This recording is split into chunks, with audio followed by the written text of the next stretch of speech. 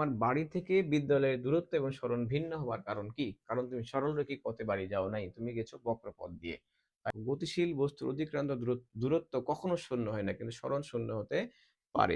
গতিশীল বস্তুর অতিক্রান্ত দূরত্ব কখনো শূন্য হয় না। গতিশীল বস্তু, মনে করে এখানে এ একটা বস্তু আছে, এই অবস্থানে একটি বস্তু আছে, ঠিক আছে? এই বস্তুটা কি করলো, এখান দিয়ে ঘুরে ঘুরে ঘুরে ঘুরে ঘুরে এখানে এসে হাজির হয়ে গেল।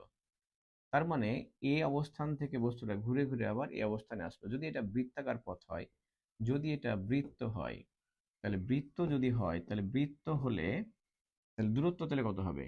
তাহলে বৃত্ত যদি হয়, বৃত্ত যদি হয় তাহলে দূরত্ব হবে পরিধির সমান। দূরত্বটা হবে কত হবে? পরিধির সমান। অর্থাৎ এখানে পরিধিটা কত হবে? 2πr। পরিধিটা হবে হচ্ছে 2πr। আচ্ছা, সরণ কত হবে?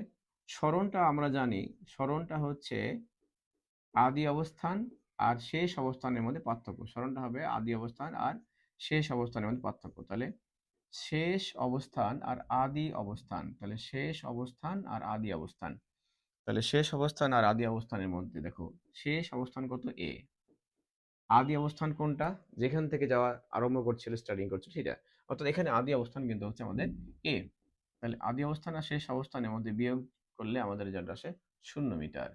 হ্যাঁ, বৃত্তাকার পথে যখন ঘুরে একটা বস্তু, তখন দেখো তার দূরত্ব কিন্তু ঠিকই আছে।